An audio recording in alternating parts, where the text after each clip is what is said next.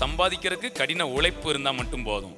ஆனா நீங்க சுதந்திரிக்கிறதுக்கு அவர் மேல ஒரு அளவு கடந்த விசுவாசமும் அவருடைய கிரியைக்காக ஒரு பொறுமையும்.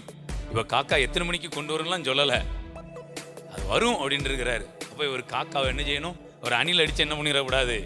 இவர் இங்க சாப்பிட்டுட்டாருன்னா காக்கா என்ன செய்யாது, இறைச்சும் சாப்பிடலாம், வயிற்ற நிறைச்சிடலாம். ஆனால் அற்புதத்தினால் வயிற்ற நிறைய முடியாது. சிலருக்கு தீர்க்க தரிசனமான வார்த்தை, நீங்க குருவிகளை எடுத்து சாப்பிடலாம், சாப்பிடலாம், அதுக்காக ஆண்டவர் தடுக்க மாட்டாரு. ஆனால் அற்புதத்தை அனுபவிக்க மாட்டோம். ஏதோ கொஞ்சம் வயிற்ற நிறைச்சிட்டு ஏதோ அந்த நேரத்துக்கு நம்ம சமாளிச்சுக்கிடுவோம். ஆனா அடுத்த லெவல் குளோரியில நம்ம வர முடியாது. அடுத்து விதவை ஸ்திரீட்ட கொண்டு வந்து எப்படி போசிக்கிறாரு, அடுத்து தேவதூதன் எப்படி அடுத்தடுத்த லெவல்ல உங்களுக்கான அற்புதங்களை ஆண்டவர் வைத்திருக்கிறார். நீங்க விசுவாசத்தோட பொறுமையா இருக்கணும், நீங்கள் சுதந்திரித்துக் கொள்வீர்கள்.